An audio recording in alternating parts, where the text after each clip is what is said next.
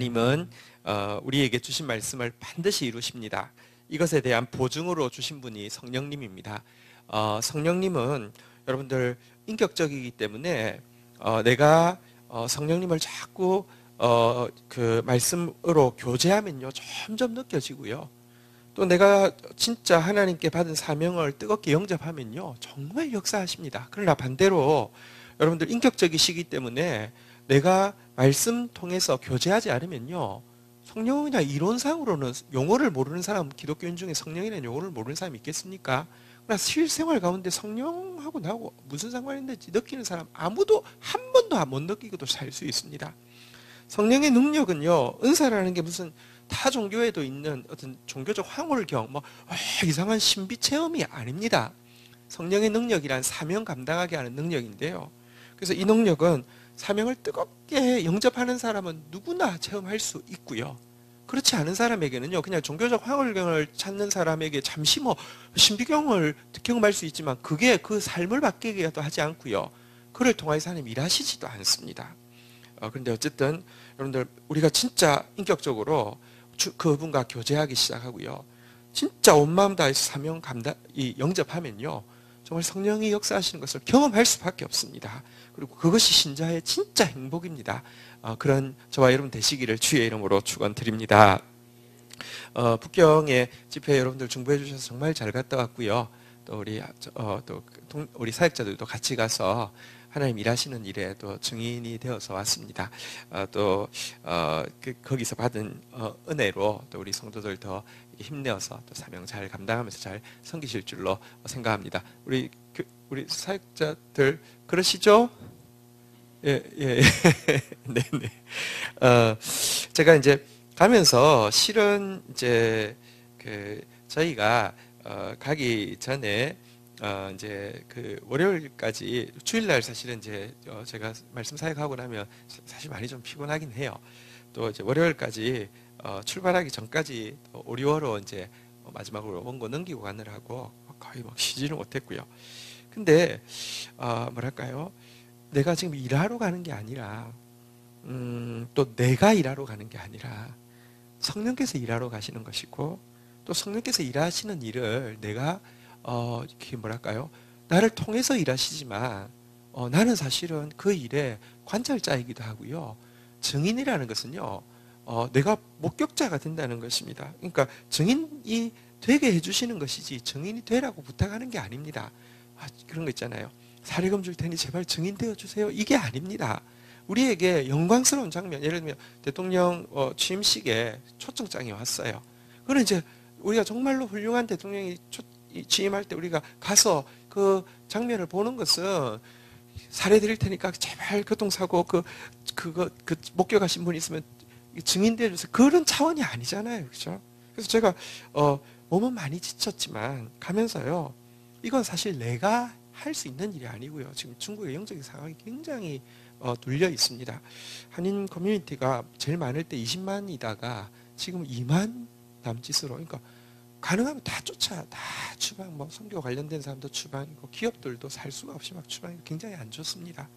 그러니까 한 15년 20년 전에 청년부가 1000명 모이던 교회인데 지금 굉장히 많이 어렵습니다. 많이 어렵는데 근데 다른 교회하고 달리 진짜 이 중국 선교의 사실은 이제 뿌리이기도 하고요. 지금도 사이즈하고 상관없이 사실은 중국 선교에 대해서 제일 형의 마음을 가지고 있는 교회가 그 교회입니다.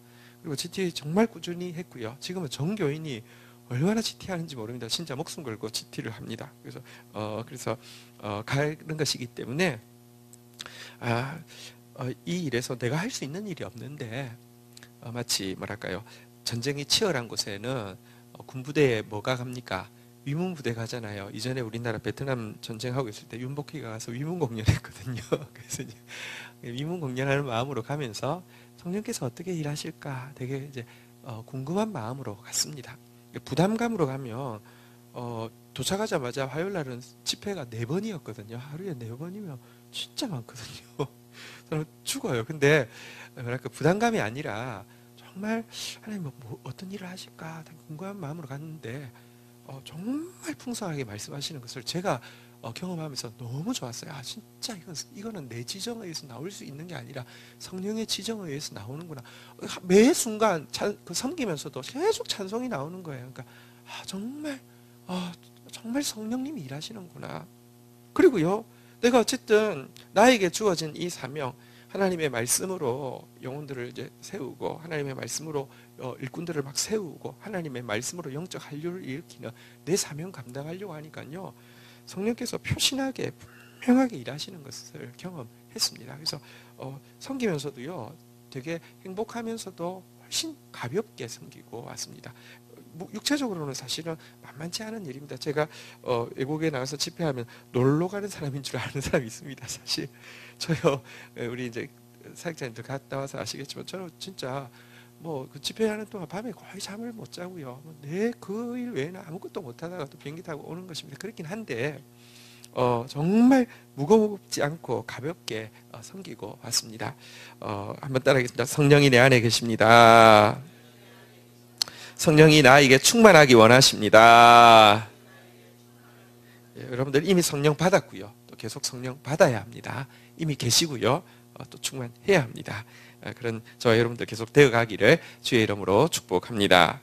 그리고 하나님은요, 상황이 어렵지만 보니까요, 막 눌리니까, 하나님의 교회가요, 눌리니까 그냥 그걸로 막 위축되는 게 아니라요, 지금 여기서 할 수 없으니까요, 거기 이미 믿음의 사람들이 많이 세워져 있어요. 그들이 선교를 위해서 훨씬 더 그냥 전폭적으로 일하는 것을 보게 되었습니다. 중국 선교가 어려우니까요, 싱가포르이 사실은 중국 사회나 마찬가지거든요. 그렇지만 완전 자유롭잖아요, 그죠? 싱가포르에다가 문서 선교를 위해서 출판사를 차리기로 했고요. 그리고 거기서 이렇게 책을 번역해가지고 요즘 이제 중국에서 인터넷으로 주문하는 게 다 되기 때문에, 특별히 싱가포르에서 나온 것은 아무 문제 없이 들어가기 때문에 그렇게 하는 것을 본격적으로 시작을 하기로 했다고 합니다. 저희 이제 GT도 아마 그렇게 해서 이제 저희가 지금 신명기 묵상하고 있는데요, 신명기가 처음으로 단행본으로 이제 나오게 될 텐데요. 나오자마자 아마 그쪽에서 또 받아서 이렇게 하게 될 것 같습니다. 그러니까 이게요, 하나님의 교회는 생명이 있기 때문에 하나님이 우회하게 하실 때는요, 다른 뜻이 있습니다. 중국은요, 무슨 독재의 영이 지금 막 온 교회를 지금 누르고 있지만요, 그게 힘이 있는 게 아닙니다. 하나님이 더 무섭게 터뜨리는 방법이 있습니다. 하나님의 교회는 절대로 쇠하지 않습니다. 또 이 일을 위하여서 준비되어 있으니까 이제 이 일에 필요한 교회인 숫자는 막 진짜 많이 줄었지만, 이 일에 필요한 재정은 아무것도 아끼지 말고 쓰시라고, 얼마든지 되겠다고, 이렇게 또 성도들이 이렇게 헌신하고 또 이런 모습들을 보게 되었습니다. 어쨌든 여러분, 하나님의 교회는 우리 교회만 하나님의 교회가 아니라 곳곳에 하나님의 교회가 있고요. 또 우리가 서로 교통하고 서로 협력하고, 이것이 하나님 나라를 이루는 방법입니다. 어쨌든 다시 한번 여러분들 이렇게 교회를 홀라당 비우고 사역자들이 가는 거 득스럽지 않은데요, 이해해 주셔서 갔다 왔고요. 갔다 온 만큼 또 우리 사역자들 또 빚진 마음으로 더 잘 섬기실 것입니다. 감사드립니다. 우리 GT 내일 본문 보도록 하겠습니다. 그리고 그 전에 우리 사랑하는 우리 열방에 나가 계신 박수영 권사님 오셔가지고 함께 예배드려서 너무 행복합니다. 예, 행복하다고 박수 한번 하겠습니다. 네. 자, 우리 신명기 16장 1절에서 12절 말씀 묵상할 겁니다. 보도록 하겠습니다. 우리 교독을 하겠습니다. 1절, 아비벌을 지켜 내 하나님 여호와께 유월절을 행하라. 이는 아비벌에 내 하나님 여호와께서 밤에 너를 애굽에서 인도하여 내셨음이라. 2절 읽겠습니다. 시작.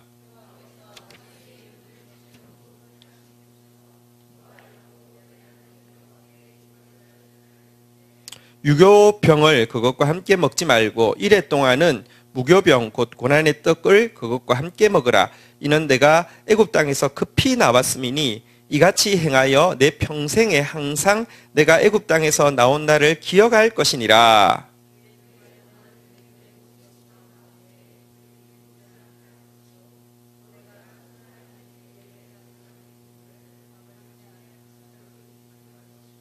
유월절 제사를 내 하나님 여호와께서 내게 주신 각 성에서 드리지 말고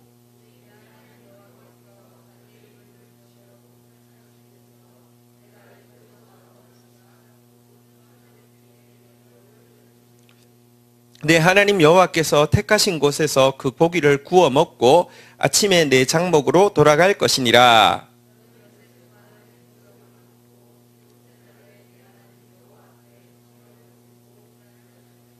일곱 주를 셀지니 곡식의 낫을 되는 첫날부터 일곱 주를 세어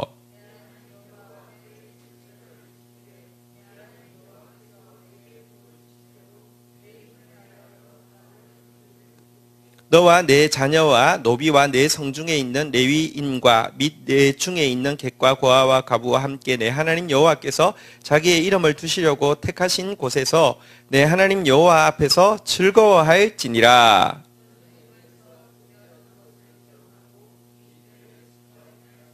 아멘. 네, 우리 지금 이제 신명기 제2 설교 부분 십계명과 그리고 또 그것의 부칙인 규례와 법도 이렇게 설명하고 있는 장면을 보고 있는데요. 오늘은 이 십계명 부칙 규례와 법도 그러니까 내용상으로 보면요, 한번 따라하겠습니다. 의식법, 시민법. 그러니까 이제 어떤 의식들을 행하는데 그것은요. 초등교사, 다시 말하면 유치원 선생님이 건널목 건널 때 이렇게 하라고 한 것처럼, 그지만 크면은 다시 말하면 내가 키도 크고 내가 건널목은 위험하니까 조심해야 되는 인식이 생기면 안 해도 되는 것처럼, 사실은 예수 그리스도께서 오실 때 완성되어질 것을 행동으로 몸으로 익히게 하기 위한 것을 의식법이라고 합니다. 대표적인 것이요, 한번 따라하겠습니다. 절기, 정결례, 제사법, 뭐 이런 것들이 이제 혹은 뭐 성막까지요, 이런 것들을 의식법이라고 하고요. 또 한 가지는 한번 따라하겠습니다. 시민법. 천국 시민으로서 어떻게 살아야 할지를 또 보여주는 시민법이 있습니다. 의식법은 예수 그리스도 안에서 완성되어져서요, 우리가 다시 되돌아가서 구약의 의식을 보면서 예수 그리스도가 누구신지 다시 확인할 수 있고 더 의미를 풍성하게 이해할 수 있게 하는데 도움이 되는 것이고요. 시민법은요, 그 정신을, 여러분 여기에 나오는 이스라엘 백성들에게 주어진 시민법은 농경사회에서 주어진 것이기 때문에 여러분 이게 지금 시대의 상황에 맞게 개선되어야 됨을 그 성경 자체가 보여줍니다. 위에서도 보면 제물을 드릴 때 과거 곧 출애굽한 1세대들이 광야에 있을 때 드리는 방법과 2세대들이 가나안 땅에서 들어가서 드리는 방법이 다르다고 이야기해 주는 부분이 있었잖아요. 그죠? 그러니까 오늘 이 시대에 맞게 바꾸어서 그 정신을 이어서 잘 지키면 되는 것이 시민법인데요. 자, 오늘은 의식법 중에 중요한 절기에 대해서 16장에서 3대 절기를 다루고 있는데요. 한번 따라하겠습니다. 유월절, 칠칠절, 초막절. 자, 이 이제 세 절기를 지키게 되는데 이것에 대해서 오늘 설명하고 있습니다. 6월절과 7.7절 다루고 있는데, 자, 먼저 6월절 한번 보도록 하겠습니다. 자, 우리 6월절 1절 같이 한번 읽도록 하겠습니다. 읽겠습니다. 시작. 아비벌을 지켜 내 하나님 여호와께서 6월절을 행하라. 이는 아비벌에 내 하나님 여호와께서 밤에 너를 애굽에서 인도하여 내셨습니다. 이스라엘은 종교력이 있고 그냥 일반 달력이 있는데요. 아비벌은 종교력인데 종교력으로 첫째 달입니다. 사실 우리의 출발은요, 사실 이 6월절로부터, 이게 아비벌에 있는 이 6월절로부터 우리의 영적인 생활이 출발하게 되는데요. 첫째 달에 지킬 첫 절기인 이제 6월절을 지키라, 이렇게 이야기를 하고 있고요. 아시는 대로 6월절 패스오버, 그러니까 첫 장자들을, 애굽의 장자들을 다 죽일 때 이스라엘은 그 천사가 패스오버해서 갔다고 해서 6월절이라고, 담을 넘었다는 뜻이 6월이라는 뜻입니다. 6월절이라는 절기인데요. 자, 6월절을 어떻게 지키시는지 한번 좀 보도록 하겠습니다. 2절 한번 같이 읽도록 하겠습니다. 읽겠습니다. 시작. 여호와께서 자기의 이름을 두시려고 택하신 곳에서 소와 양으로 내 하나님 여호와께 유월절 제사를 드리고. 자, 유월절은 아비벌 14일에 지내는데요. 아비벌 14일이라는 게 이제 우리하고는 조금은 다른 게, 우리는 이제 밤 12시부터 이렇게 그 다음 날 밤 12시 되기 전까지가 하루잖아요. 그죠? 그러니까 다시 말하면 새벽부터 12시는 밤인데. 맞죠, 그죠? 우리는 이제 밤 12시 지나면 하루가 시작이 되는 거잖아요, 그죠? 근데 이스라엘은 저녁부터 저녁까지입니다. 그래서 이제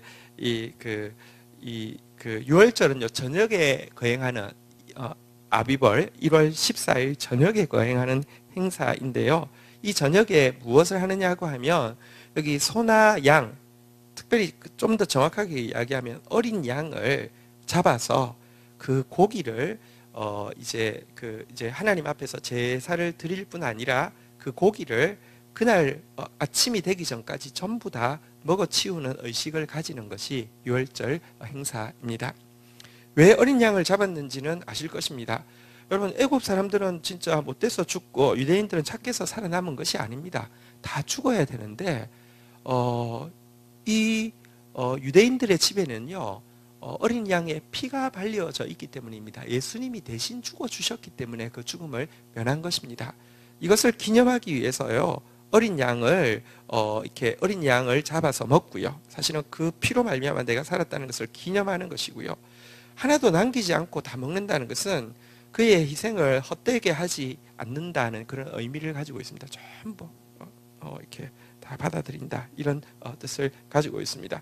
이렇게 유월절 제사를 드리는데요, 유월절 제사를 드릴 때에 한 가지 더 덧붙어 있는 절기가 있는데요, 3절 한번 보도록 하겠습니다.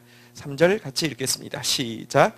유교병을 그것과 함께 먹지 말고 이래 동안은 무교병 곧 고난의 떡을 그것과 함께 먹으라. 이는 내가 애굽 땅에서 급히 나왔음이니 이같이 행하여 내 평생에 항상 내가 애굽 땅에서 나온 날을 기억할 것이니라. 근데요, 이 유월절 그날 밤이 지나면 14일 밤이 지나자마자, 그러니까 밤 시간, 적정한 시간이 지나고 나면 15일로 이제 바뀌게 되는 거죠. 15일 날부터는 7일 동안, 그러니까 유월절로부터 치면 이제 8일, 마지막 날은 8일이 되는 거죠. 어쨌든 7일 동안은 한번 따라하겠습니다.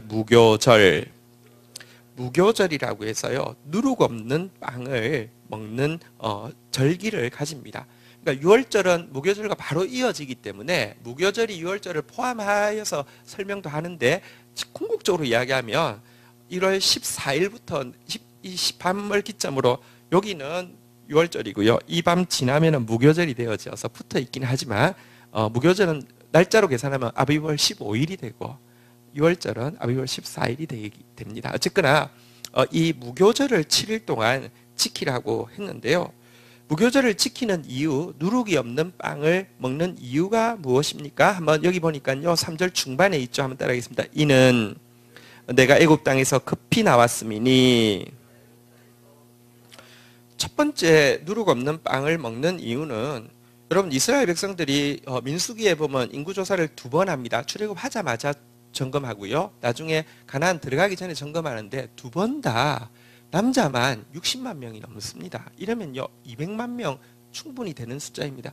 정말로 하나님이 그 하늘의 별처럼 바다의 모래알처럼 되게 하시겠다고 했는데, 이스라엘이요 어디에 들어가 있었냐고 하면요, 애굽 성경에 보면요 쇠 풀무와 같은 애굽이다. 쇠를 녹이는 용광로와 같은 애굽이라고 표현했는데요, 그곳에 가 있어도요 진짜 그렇게 늘었습니다. 고대의 200만 명은요 지금 200만 명하고 다릅니다. 그때 200만 명이면요 지금으로 치면요 그러니까 상상을 불허하게 엄청나게 큰 숫자입니다. 어쨌든 엄청나게 큰 숫자로 늘어나게 하셨는데요, 그들이 지금 그 살던 400년 이상을 살던 곳에서 나와서 출발하는데, 한 사람도 빵은요 누룩을 넣어서 최소 발효 시간이 있어야지만 빵을 먹을 수 있습니다. 근데 한 명도 그 빵에 누룩 넣어서 준비할 시간이 없을 만큼 급하게 나왔다. 이 말은요, 아무도 이 출애굽에 대해서 지도자들이 모여서 잠시라도 짧게라도 회의한 적이 없이 나왔다는 것입니다. 이 구원이 전적으로, 이 어린 양의 피가 전적으로 하나님의 계획 가운데서 이렇게 주어진 것이고, 하나님의 계획 가운데 해방이 주어졌다는 것을 기념하는 의미가 있고요. 또 한 가지는요, 한번 따라하겠습니다. 여기 3절에 보니까요, 한번 따라하겠습니다. 무교병 곧 고난의 떡을 함께 먹으라. 그들이 죄에 종되어 있을 때 그때는 뭐 정상적인 빵은 먹었지만 정말 그 고통 가운데서 먹었잖아요. 그죠? 근데 지금은 무교병이라는 이렇게 축약되어진 의미를 통해서 죄의 종살이하고 있을 때가 얼마나 고통스러웠는지를 또 기억하게 하면서 또 그런데 이제는 해방을 하나님께서 일방적으로 주셨다는 것을 기념하기 위해서 무교절을 가지는데요. 그러니까 누룩 없는 빵을 먹는 7일간의 절기를 가지게 되는데 또 한 가지 여기 가지고 있는 중요한 의미가 있습니다. 이제 출애굽한 이스라엘 백성들이 살아가는 방법은요. 누룩이라는 것이 두 가지 의미가 있는데요. 한번 따라하겠습니다. 거짓, 기쁨. 기쁨은 조금 이따 설명하고요. 이 누룩이 없다는 것은 거짓이 없다는 것입니다. 앞으로 이제 구원받은 백성이 살아갈 때는 거짓이 없어야 된다는 것을 또 보여주는 것이 누룩 없는 삶인데요. 거짓, 세속으로부터 오염되어진 애굽에서의 생활을 이제 정리하고 진짜 새 사람으로서 진실하게 그리고 이렇게 분리되어진 삶을 살겠다는 것을 표방하는 것이 이 무교절의 의미입니다. 성경에 보면 이 누룩 없는 빵을 처음 먹었던 순간이 나옵니다. 창세기 19장 3절에 이 무교병이 처음 나오는데 한번 볼까요? 같이 한번 읽도록 하겠습니다. 읽겠습니다. 시작. 롯이 그들을 위하여 식탁을 베풀고 무교병을 구우니 그들이 먹은. 지금 하나님의 천사가요 소돔과 고모라를 심판하기 위해서 오셨습니다. 그런데 롯은요 몸에 배어 있는 게 나그네 대접하는 것이었습니다. 근데 보자마자 제발 우리 집에 가십시오 해서 갔습니다. 갔지만 안에는 나그네 대접할 수 있는 준비가 되어 있었을까요? 안 되어 있었을까요? 하나도 안 되어 있었어요. 롯의 아내는 세속에 쏙 마음을 빼앗기고 있었기 때문에 여러분들 돈이 있다고 나그네 대접이 되는 게 아니에요. 마음이 하나님 앞에 있는 사람이 나그네 대접이 돼요. 갔더니 빵이 여러분들 준비되어 있는 빵이 있었어요? 없었어요? 없었어요. 그래서요 롯이 상당히 부자였는데도요 손님은 청해놓고 아무것도 없으니까 뭘 대접했다고요? 무교병을 대접했어요. 근데 이게 조금 이상하긴 하지만 롯은 좀 쭈글스러워서 아이고 이거 마누라가 이거 냉장고에 열어보니까 아무것도 없고 모르겠다 그래가지고 그냥 그대로 이렇게 대접을 했지만 대단히 중요한 의미가 있습니다. 이거 먹고 나서는요 소돔과 고모라에 불이 막 떨어지는데요. 이 무교병을 이렇게 대접한 이 무교병을 먹은 롯 가정만 빼내셨습니다.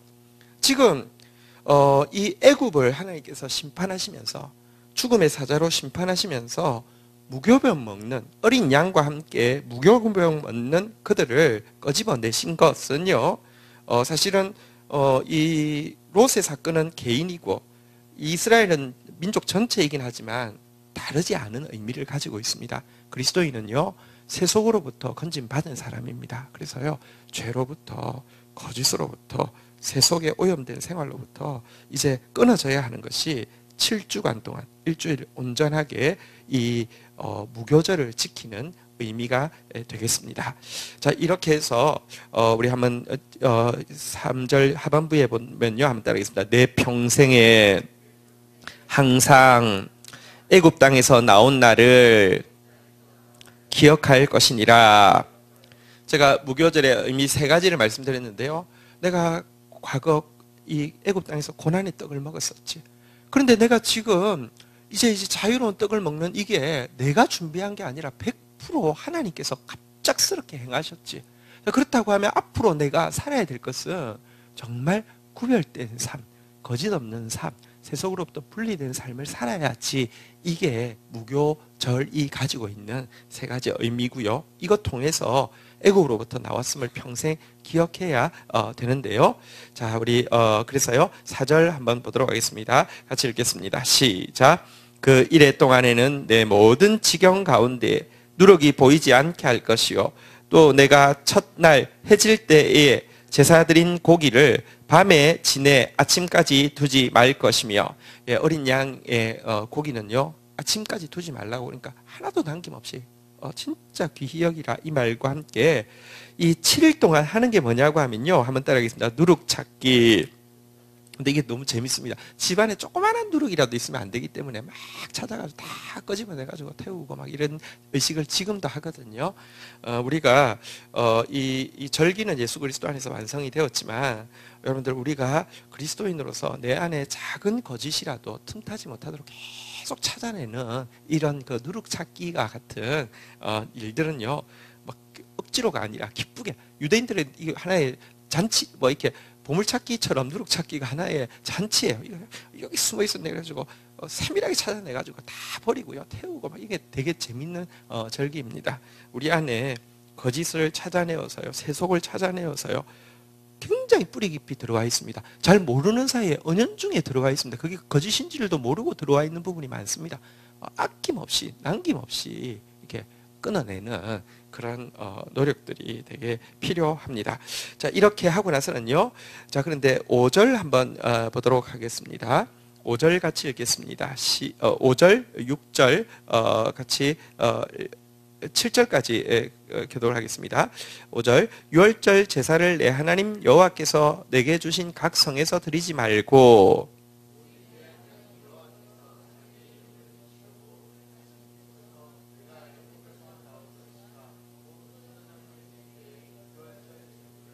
7절 같이 읽겠습니다.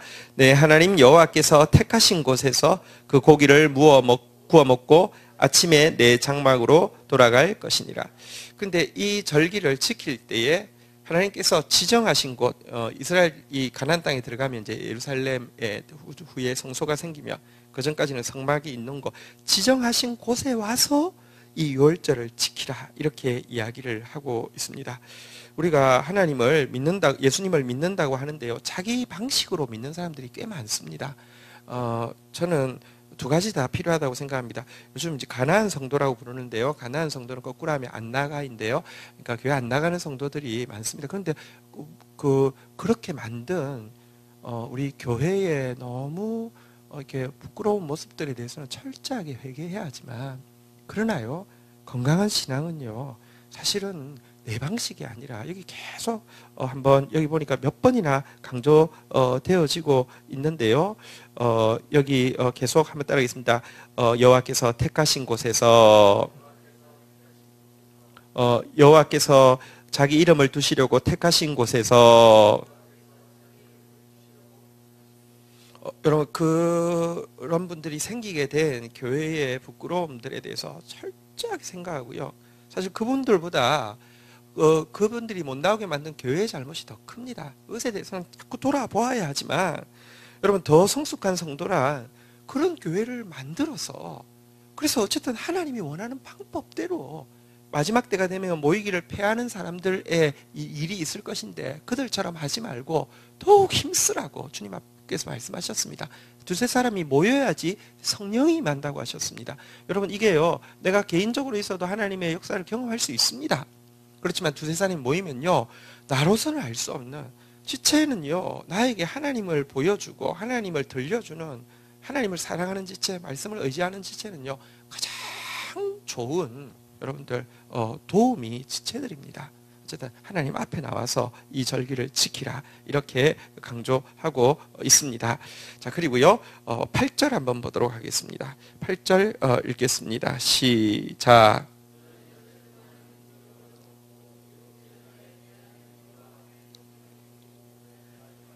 자, 그래서 이 그 6월절에서 무교절로 이어지는 절기는요, 총 합치면 이제 8일이 되는 건데요. 물론 6월절은 이제 첫날 저녁만 하는 것이긴 하지만, 어쨌든 날짜 숫자로 생각하면 14일, 1월 14일부터 시작해서 15, 16, 17, 18, 19, 20, 21, 21일 날 마치게 됩니다. 그러니까 총 합치면 8일이 되는데요. 이 첫째 날 6월절은 당연히 성회가 되죠. 그런데 무교절이 마치는 마지막 날도 한번 따라하겠습니다. 성회로 모이고 일하지 말지니라. 그러면 여러분 이 무교절, 크게는 무교절이라고 부르고요, 작게 이제 세분하게 나누면 유월절과 무교절은요, 첫날은 유월절 성회고요, 마지막 날은요 또 무교절 마지막 날이기 때문에 성회, 그러니까 성회로 시작해서 성회로 마치게 되어 있습니다. 처음과 끝이 여러분 지금 그 첫날 여러분 출애굽 그날 밤이 지나면 출애굽해야 되는데 첫날 같이 모여서 성회로 지냈습니다. 다시 말하면 구원은 하나님이 하시는 것입니다. 그리고 절기의 마지막 역시 이 하나님 앞에서 모여서요 노동하는 게 아니라 하나님 앞에서 안식하면서 내가 일하기 위해 태어난 존재가 아니라 하나님과 교제하기 위해 태어난 존재이며 내가 일해서 이룬 것이 아니라 하나님께서 완벽하게 이루셨음을 누리는 그런 절기로 이렇게 사용하고 있습니다. 전적으로 하나님의 선물임을 기억하고 감사하게 하기 위해서 알파와 오메가가 노동하지 않는 성회가 되게 하셨습니다. 그러면 퀴즈를 한번 내겠습니다. 여러분 유월절도 쉬었고요. 사실은 그러니까 유월절은 밤이기 때문에 그 다음 날이 되는 이제 무교절은 아예 하루를 이제 쉬게 됩니다. 무교절 첫날. 그리고 무교절 이제 7째 되는 날도 쉬게 되는데요. 나머지 날 있죠. 나머지 날은 노동을 했을까요? 노동을 안 했을까요? 자, 어떻게 생각하십니까? 노동을 했을까요? 자, 그냥 막 질러 두 개 중에 하나입니다. 자, 확률은 또 틀리셔도 괜찮습니다. 그래야 재밌죠? 자, 노동을 했을 것이다. 자, 그 다음에 노동을 안 했을 것이다. 네, 그래요. 네. 답은 우리 쏘기가 좀 어려워요. 우리 교회 성도들이 수준이 높아져서 여기 우리 한번 확인해 보겠습니다.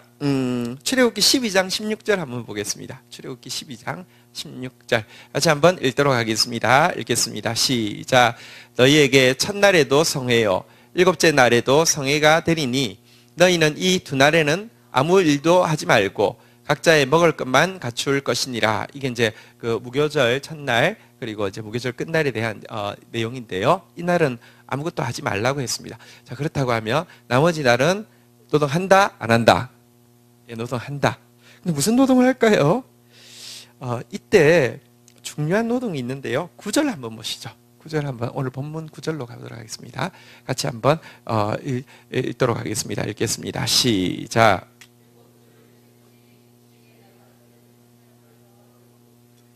자, 그 뒤에 이제 77절은 이제 그 계산하는 법이 그러니까 곡식에 낫을 되는 첫날부터 7주 그러니까 77, 49, 49일을 세는 것인데요.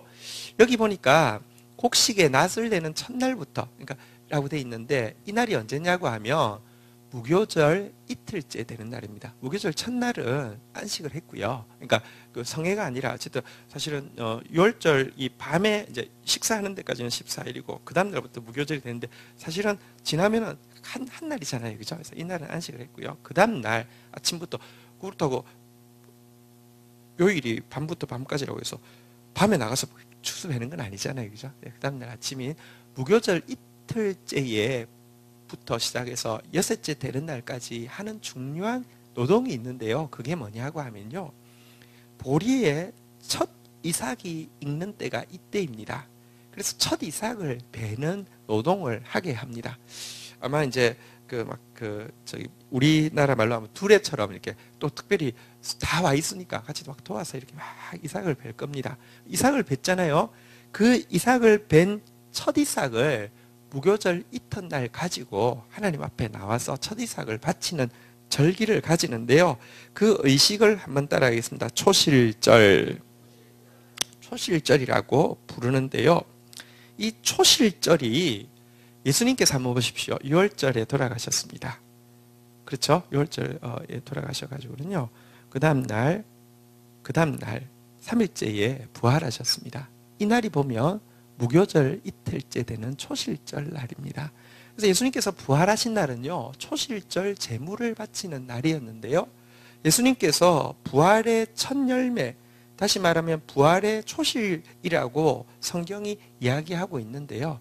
그래서 이 초실절 의식 자체가 제가 아까 그랬잖아요. 이 절기가 의식법이라고 예수님을 통해서 다 이루어졌고 되돌아가서 그 의식 이 유월절을 보는 이유는 예수님이 어떤 분이신지 다시 우리가 확인하고 더 그 감격을 크게 하는 것이지 그거를 지금 지키라는 게 아닙니다. 지금 저기 안상홍 장길자 거기서 그거 지켜야지 구원받고 그거 안 지켜서 구원 못 받는다.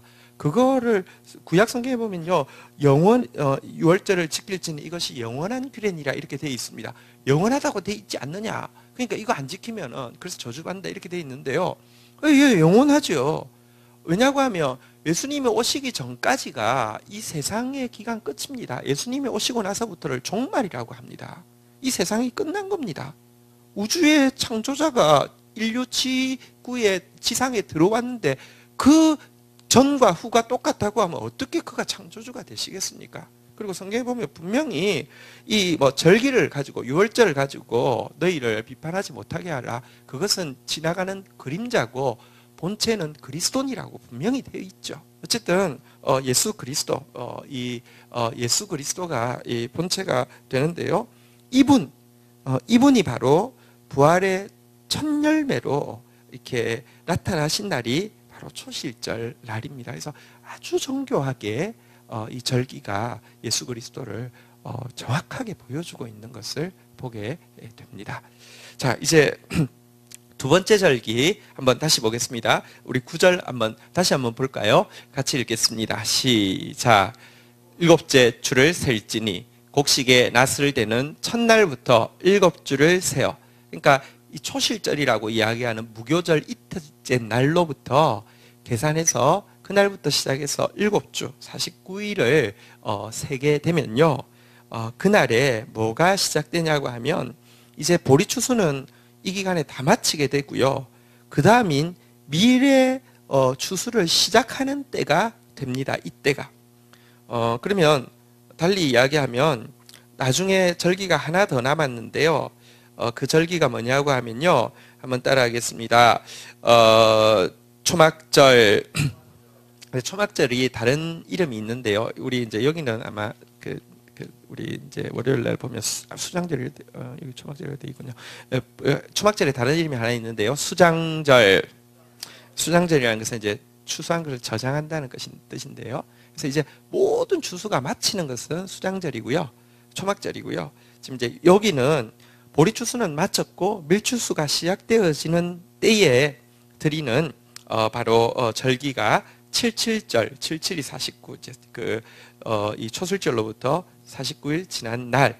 그런데 6월절로부터 이렇게 이제 계산을 하면 50일이 되기 때문에 이때를요 한번 따라하겠습니다. 오순절.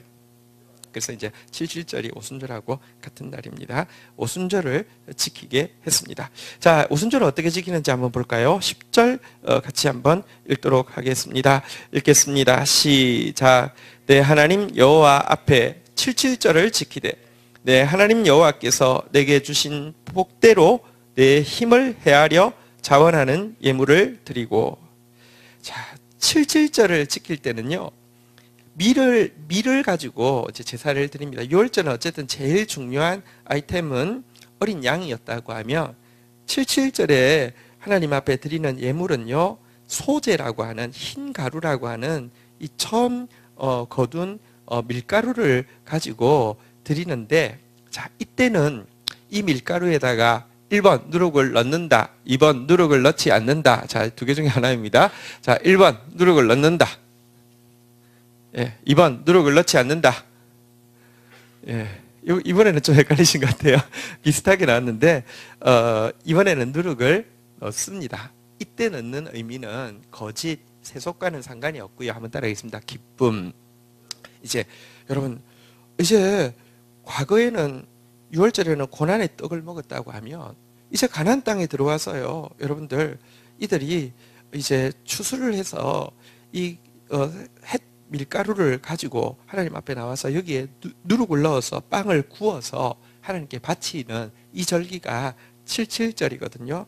하나님 주신 이 기쁨을 막 즐거워하는 때인데요. 이때 하는 게 두 가지가 있는데 첫 번째는요. 우리가 10절에 본 바대로 한번 따라하겠습니다. 자원하는 예물을 드리고. 우리 그 6월절은 속죄의 의미가 크다고 하면 이 77절은요. 감사의 의미가 더 큽니다. 자원하는 예물이라는 것이 감사 예물 안에 제가 말씀드렸지만 한번 따라하겠습니다. 자원제, 서원제, 하나님께 감사하는데 어떤 조건을 달고 하는 걸 서원이라고 하고요. 조건 없이 그냥 너무 감사해서 드리는 걸 자원이라고 합니다. 어쨌든 이 감사의 의미가 더 큽니다. 그래서요, 이 기쁨을 표현하기 위해서 누룩을 넣은 밀가루 빵을 이렇게 구워서 바치는 것인데요. 이 감사의 예물을 이날 이렇게 하나님께는요, 이 감사의 예물을 드리는데요, 자원제를 드리는데요. 자원제를 드리는 그 사이즈가 어떻게 결정됩니까? 한번 따라하겠습니다. 내게 복을 주신 대로 내 힘을 헤아려. 표현이 좀 애매하지만 그러니까 말하자면 하나님이 나한테 얼마만큼 복을 주셨는지 내 힘을 다해서 한번 세워 보아서 또 기억하고, 힘을 다한다는 게 막 힘을 다해서 기억한다는 뜻도 있겠죠. 또 혹은 내 마음을 최대한 키워서, 왜냐하면 우리 마음 그릇이 작으면요, 종지는요 떠도 종지밖에 못 떠요. 근데 대빵은요 뜨면 대빵만큼 뜨고요, 말은 말만큼 뜹니다. 하나님의 은혜는요 한량이 없는데 우리가 하나님께 받았다고 생각하는 것은 결국 내 사이즈만큼만 내가 받았다고 생각을 하게 됩니다. 그래서 여기 힘을 다한다는 것은 내 마음 사이즈도 최대한 늘리고, 내 기억도 성경에 보면 자꾸 기억해보라 이런 표현이 나오는데요, 하나님께서 행하신 일에 대해서 최선을 다해서 기억해서, 한번 다시 따라하겠습니다. 복을 주신 대로 여기 그냥 제가 한 개를 더 넣겠습니다. 힘을 다해 헤아려. 하나님께서 복 주신 것을 내가 온 힘 다해서 헤아려서 하나님 앞에 첫 번째 행할 것은 이제 자원하는 예물을 드리는 것이 첫 번째 할 일입니다. 여러분, 하나님께서 내게 행하신 일이 너무 많은데 우리가 자꾸요, 하나님께서 복 주신 것을 헤아리기 시작할 때 자꾸 인색해지고요, 작아지는 경향이 우리 속에 굉장히 강합니다. 어쨌든 여러분들 이 헤아린다는 게 도량형이라는 것입니다. 여러분들이 헤아리는 것은요, 여러분이 가지고 있는 도량형만큼 되게 됩니다. 도량형을 힘을 다해서 키우셔서요, 주께서 주신 복이 너무너무 크다는 것을 자꾸 알아가는 여러분 되시기를 주의 이름으로 축원드립니다. 보십시오. 하나님이 여러분 도량형을 키우라는 것은 여러분 통해서 더 많은 걸 빼내기 위한 게 아니라 여러분을 위해서 전부를 자기 생명까지 주신 그분을 더 많이 누리게 하기 위함입니다. 성경에 보면요, 한번 따라하겠습니다. 헤아리는 헤아림으로 도로 헤아림을 받을 것이니라. 여러분의 도량형 사이즈만큼 여러분이 누리게 된다, 이런 뜻입니다. 하나님께서 그런 분이신데요, 어쨌든 최선을 다해서 하나님 앞에서 이렇게 풍성한 주소를 주신 하나님 앞에서 자원하는 예물이 이렇게 있어야 된다, 이렇게 이야기하고요. 하나님께 자원하는 예물을 드릴 뿐 아니라 11절 한번 보도록 하겠습니다. 같이 읽겠습니다. 시작. 너와 내 자녀와 노비와 내 성중에 있는 레위인과 및 너희 중에 있는 객과 고아와 과부가 함께 내 하나님 여호와께서 자기의 이름을 두시려고 택하신 곳에서 내 하나님 여호와 앞에서 즐거워할지니라. 그날 하나님께만 자원제를 드리면 되느냐, 그게 아니고요, 이날 하는 중요한 일이, 한번 따라하겠습니다. 자녀, 우리 다음 세대를 포함하는 것이죠. 한번 따라하겠습니다. 노비, 자기 가장 가까이 있는 가장 수고하는 사람들이죠. 자, 한번 따라하겠습니다. 성중에 있는 레위인. 성소에 있는 레위인은 그나마 나은데요, 성중에 있는 레위인들이 정말 생활하기가 굉장히 많이 힘들었습니다. 자, 또 따라하겠습니다. 객, 고아, 과부. 자, 이 모든 사람들과 함께 한번 따라하겠습니다. 여호와 앞에서 즐거워할지니라. 여러분 즐거워하세요. 오늘 좋은 날이니까 즐거워하세요, 이런다고 되는 건 아니겠죠. 가난한 사람들에게 이날 풍성한 잔치가 베풀어집니다. 앞에 우리가 GT에서 알겠지만 제21조는 이때 쓰기 위함입니다. 1년 수입의 10분의 1을요 3번의 절기에 다 써야 합니다. 그러면 한 번의 절기에 쓰는 비용이 얼마가 되겠습니까? 굉장하겠죠. 근데 그거를 넉넉히, 그러니까 기쁘게 그날 풍성하게 잔치를 베풀라고 이야기를 하고 있습니다. 앞에 우리가 지나온 GT 본문에 보면요, 아끼지 말라, 인색하지 말라, 이렇게 손을 거두지 말라, 손을 움키지 말라, 이런 표현들이 계속 나오는데요. 어쨌든 풍성한 잔치를 베풉니다. 제가 이번에 가서 들은 이야기인데, 그 교회가 제가 굉장히 이제 좋아하는 이유는 제가 오랫동안 코스타를 섬겼는데 전 세계에 있는 코스타를 보면서 섬기는 호스트하는 교회가 있는데 이 교회가 이제 북경을 호스트하고 있는데요. 이 교회는 호스트하는데 정말 풍성하지만 그 결과를 자기가 거두려고 하는 게 아니라 그 이제 북경에 있는 다른 교회들 그러니까 모두가 거두게 하지 절대로 주인 행세하지 않고요. 주인 노릇만 종처럼 필요한 법적인 막 디펜스도 자기들이 다 하고요. 그다음에 재정도 자기들 다 내고요. 열매는 딴 데서 주로 가져가더라고요. 이제 예, 교회가 다 가져가고요. 어쨌든 뭐 이렇게 있어요. 이런데 긴 시간이 지났는데 변하지 않고 하는데 지금 보면 어쨌든 지금 막 제일 어렵고 또 자기 거 안 내세우기 때문에 되게 어려워졌는데 하나님은 또 공평하세요. 하나님은요 사이즈 가지고 하나님 재지 않습니다. 그릇이 사이즈 그러니까 겉으로 드러나는 사이즈가 다가 아닙니다. 거기서 그 정신을 배우고 큰 사람들이 있습니다. 그래서 그 교회 출신 사역자들이요 이제 전 세계에 많이 흩어져 있습니다. 사실은 중국 공안에서 불렀답니다. 그래가지고 이제 막 압박하기 위해서 니네 교회를 거쳐간 사람이 중국 무섭거든요. 데이터가 다 돼 있으니까요. 니네 교회를 거쳐간 사람이 10만 명이라고 했대요. 그래서 자기들도 처음 알았대요. 어쨌든 근데 전 세계에 많이 흩어져 있는데 그들 중에 사역자들이 곳곳에 이름을 드러내지 않고 아주 핵심 특별히 중화권과 관련해가지고 핵심적인 사역들을 하고 있는데 사역자들은 다 대부분 어렵죠. 근데 사역자 출신인 어떤 한 분이 지금부터는 이제 뭐 위치를 실명으로 안 해도 되겠네요. 이제 어느 지역에서 이제 그 현지인과 결혼을 했는데 아주 부자와 결혼을 했나 봐요. 그래서요, 이 사역자들이 뭐 1년에 한 번인가 이렇게 모이는데요. 모일 때에 비용을 위해서 가족이 11조를 따로 하는 거예요. 그래서 그날 다 쓰는 거예요. 근데 그러면 그분이 뭐 연봉이 이제 한 2억 정도 된다고 했으면 11조면 그러니까 얼마인지 아시겠죠? 이제 그거를 그 사역자들이 그 모이 이제 뭐 비행기부터 시작해서 체류 하는데 다 쓰는 거예요. 그러니까 얼마나 풍성하겠습니까? 그리고 또 그렇게 하는 이유가 같이 사역하던 사람이니까 그런 마음이 있잖아요. 그죠? 그들을 막 수고를 알고 그들의 그 헌신이 얼마나 귀한지 알기 때문에 하는 거잖아요. 그게 그냥 누가 돈 있어서 하는 거하고 또 다른 의미겠죠. 그래서 뭐 그런 이야기를 들으면서 하나님이 참 지금 어려워 보이지만 안에 하나님께서 일하고 계시구나. 어쨌든 제가 보면서 참 좋았습니다. 그래서 진짜 이렇게 주 안에서 이렇게 한 가족과 같은 교회가 있어서 참 좋다 이런 생각을 하고 있습니다. 그게 홈커밍 데이를 우리 교회에서 하고 있거든요. 그 전까지는 별로 상관이 없으니까 말씀은 드려도 잘 몰랐을 것 같은데 이제 매년 우리 교회에서 홈커밍 데이 하고 이 장소에서 올해도 했었습니다. 작년에 했었습니다. 자, 그런데요. 엄청나게 풍성한 잔치를 그날 베풀라는 것입니다. 하나님께서 베풀어 주신 이 풍성한 이 누룩, 이 기쁨을 막 나누는 것인데요. 성경에 보면 아주 특징적인 단위 하나가 나옵니다. 잔치와 관련된 단위 하나가 나오는데요. 그게 뭐냐고 하면요. 한번 따라하겠습니다. 세스아, 한 에바. 이게 세스아가 곧 한 에바입니다. 그러니까 스아는 에바의 3분의 1이 되는 것이죠. 어쨌든 세스아 한 에바라는 단어가 나오는데요. 뭐냐고 하면 아브라함이 있는데 손님이 지나가는 거예요. 누군지 몰랐어요. 붙잡고 뛰어나가서 저희 집에 좀 제발 들어와 주십시오 하고 왔어요. 거기는 손님이 대접하는 준비가 다 돼 있었죠. 그러니까 그를 위해서 소를 잡고요. 그 다음에 밀가루를 가지고 나왔는데 한번 따라하겠습니다. 세스아 밀가루를 가지고 나왔어요. 올 때 보이기는 천사 3명이 왔는데요. 세스아가 얼마냐고 하면 22리터거든요.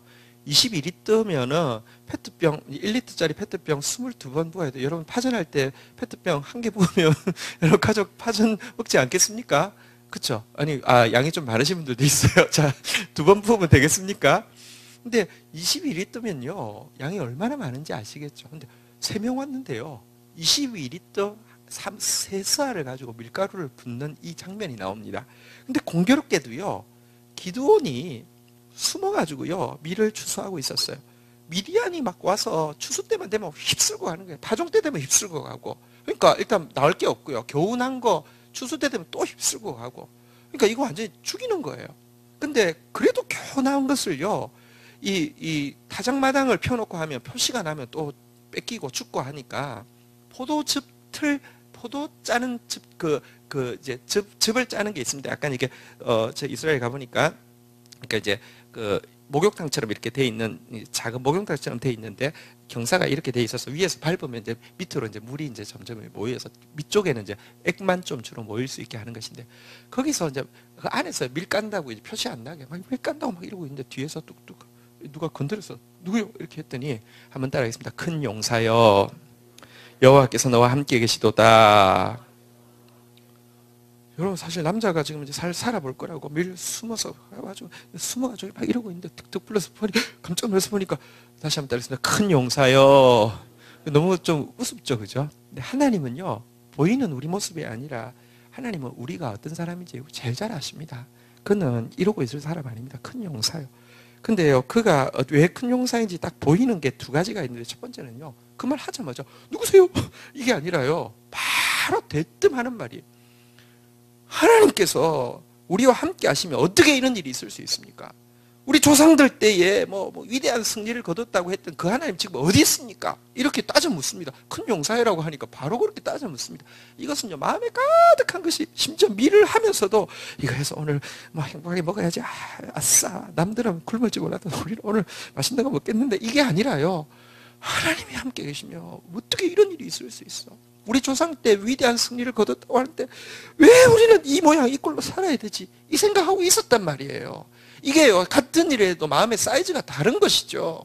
이러고 있을 때 천사가 부르니까 왜 그러냐고. 이게 영적인 의분이잖아요. 이 하나님을 향한 의문이잖아요. 이걸 고백할 때 아니 그래서 내가 왔지. 그래서 내가 왔지. 너를 통하여서 이 일을 행하겠다고 이렇게 이야기합니다. 그렇죠. 그때 또 이 기드온에게서 나온 게 아싸!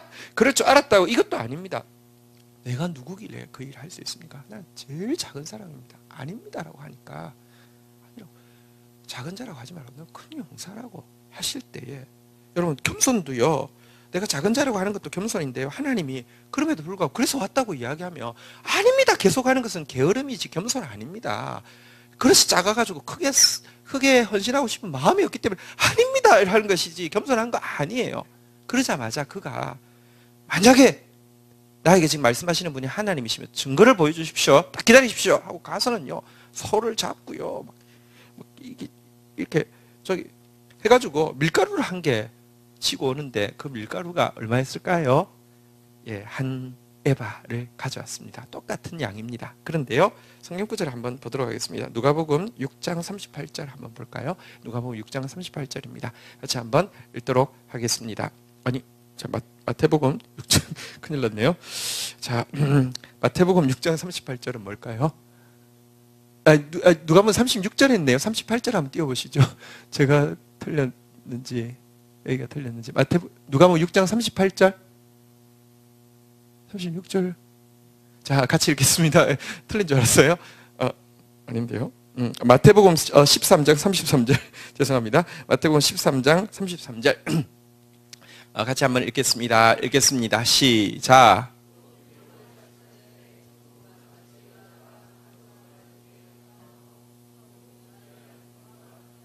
여기 가루 서말이 한번 따라하겠습니다. 세스아. 그러면 또 다르게 말하면 뭘까요? 한 에바. 천국은 어떤 곳이냐? 가루 서말 속에 무엇을 넣었다고요? 누룩. 오늘 여기 보니까 7절에 가루에 누룩을 부으라고 했잖아요. 그죠? 여러분 내 최선의 이웃을 돌아보는 근데 그렇게 잔치하면요 그걸 혼자서 여러분 22리터짜리 밀가루를 혼자 다 먹으면 배 터지겠죠. 죽겠죠. 이것이요 오늘 나온 대로요 객, 고아, 과부, 자녀, 노비, 레위인들 진짜 풍성하게 잔치하는 것인데요 바로 이것이 천국이라고 천국 백성이 살아가는 삶의 방법이라고 이렇게 가르치고 있습니다. 자 그런데 이렇게 풍성한 절기 근데 이 날의 최고의 기쁨이 무엇일까요? 밀빵, 신선한 밀빵을 먹는 것이겠습니까? 혹은 여러 명과 함께 먹는 것이겠습니까? 예, 여러 명과 함께 먹는 게 혼자 먹는 것보다 맛있고요. 여러분 묵은 빵보다 옛날에는 우리 그런 이야기 많이 했습니다. 정부미 몇 년 산인가. 왜냐하면 참 가난할 때는 그죠? 예, 밥을 먹어도 이렇게 분명히 밥인데 색깔이 시꺼먼 것도 있었어요. 그죠? 오래된 거. 정부비 몇 년 산인가 뭐 이런 생각했는데 역시 햅쌀이 맛있어. 이게 아니라요. 햇반 그 오래된 것보다 햇반 먹는 게 나을 거고요. 혼자 먹는 것보다 여러 명이 먹는 게 낫겠지만 이날의 즐거움의 핵심은 무엇에 있느냐고 하면요. 제가 이 7.7절이 똑같은 이름이 뭐라고요? 오순절이라고 했잖아요. 그죠? 오순절은 이스라엘 백성들이 광야에서 언약의 말씀을 받은 날이고요. 신약에 성령께서 이날에 임하셔서 말씀이 말씀되게 한 날입니다. 한번 따라하겠습니다. 사람이 떡으로만 살 것이 아니요. 정확하게 하면 떡은 아니겠죠. 한번 따라하겠습니다. 사람이 햇밀빵으로만 살 것이 아니요. 이거 77절에 먹는 날이잖아요. 이 맛이야. 인생은 신선한 걸 먹어야지. 하나를 먹어도 이게 아니라요. 한번 따라하겠습니다. 하나님의 입에서 나오는 모든 말씀으로 살 것이니라. 여러분 말씀의 행복이 얼마나 큰지, 말씀의 잔치가 얼마나 행복한지 여러분 보십시오. 베세다 광야에서 잔치가 베풀어졌습니다. 2번 베풀어졌습니다. 첫 번째는요, 백성들이 배고픈 줄 모르고 말씀 들었습니다. 저녁이 될 때까지 그 많은 사람이 배고픈 줄 모르고 말씀이 들었습니다. 이미 말씀의 잔치가 벌어진 것이죠. 그럴 때 예수님께서 오병이어의 기적을 일으켜 주셨습니다. 그때도 뭐 또 풍성했죠. 그렇지만 후자는요, 금방 먹고는요, 배부르니까 막 이글이글 해가지고 저 사람을 왕으로 삼으면 우리가 평생 햇 밀빵을 부족함 없이 먹겠구나. 우와, 왕 삼자고 막 무슨 사람 잡으려고 하듯이 막 달려드는 그런 장면을 봅니다. 그러니까 예수님께서 너희가 내게 온 것은 떡을 먹고 배부른 까닭이지 이렇게 이 말씀 때문이 아니라고 이렇게 이야기하면서요. 그러니까 그들은요, 이 말은 심히 어렵도다. 누가 받을 수 있으려고 하면서 예수님을 떠나가게 되지요. 여러분, 주님은 여러분 우리에게 진짜 햇밀빵과 같은 기쁨을 풍성하게 주기를 원하시고 또 그 햇밀빵과 같은 기쁨을 우리가 또 풍성하게 나누기를 원하시지만 이 기쁨의 핵심에 말씀이 있어야지만, 여러분 보십시오. 내게 말씀이 있어야지 이 말씀 가지고 행복하면요, 내게 주신 모든 것이 행복하고요. 내게 말씀이 있는 상태에서 이 말씀 가지고 나누면요, 나누어도 내 교만이 되지 않고요. 진짜 그건 정말로 하나님 나라의 섬김이 되어지는데요. 말씀 없는 상태에 나누고 나면요, 그만큼이 여러분 불평으로 되돌아오기가 너무 쉽습니다. 말씀 없는 상태의 기쁨은요, 이 저급한 쾌락을 추구하는 것으로 또 가게 되어 있습니다. 먹고 내가 수고해서 맛있는 거 먹다 보면요, 자꾸 맛있는 사람이 맛있는 거 살 수 있어 이러면서요, 지금 나오는 연예인들이 막 이렇게 타락하는 장면이요, 여러분 정말 보기 싫지만 생각해 보면 모든 사람이 마찬가지입니다. 어느 정도 갖추고 나면요, 더 기쁨을 누리고 싶은 방법이요, 마약, 섹스, 자꾸 끝없이 가게 되어 있습니다. 말씀이 있어야지만 진짜 기쁨이 기쁨됩니다. 말씀이 있는 누룩은요, 여러분 그 누룩이 기쁨이 되고요, 말씀 없는 누룩은요, 그거 세속이 됩니다. 어쨌든 이 말씀이 우리의 기쁨이 되어야 됩니다. 하나님의 말씀이 송이꿀보다 더 달고요, 하나님의 말씀이 최고의 양식이 된 사람만이 진짜 행복을 제대로 누릴 수 있습니다. 그런 저와 여러분들 되라고 우리에게 구약의 초등교사로 6월절과 7.1절을 주셨고요. 오늘 우리가 그 의미를 다시 되돌아보면서 예수 그리스도 안에서 6월절 어린 양, 또 부활의 첫 열매 되시는 그분 앞에서 우리 다시 한번 세속을 버리는 무교절을 지키게 되기를 주의 이름으로 축원드립니다. 그리고 그분으로 말미암아 즐거워하며 그분의 말씀으로 말미암아 또 풍성하게 헤아리고 나누는 저희들이 되기를 축복합니다. 우리 자리에서 일어서시겠습니다.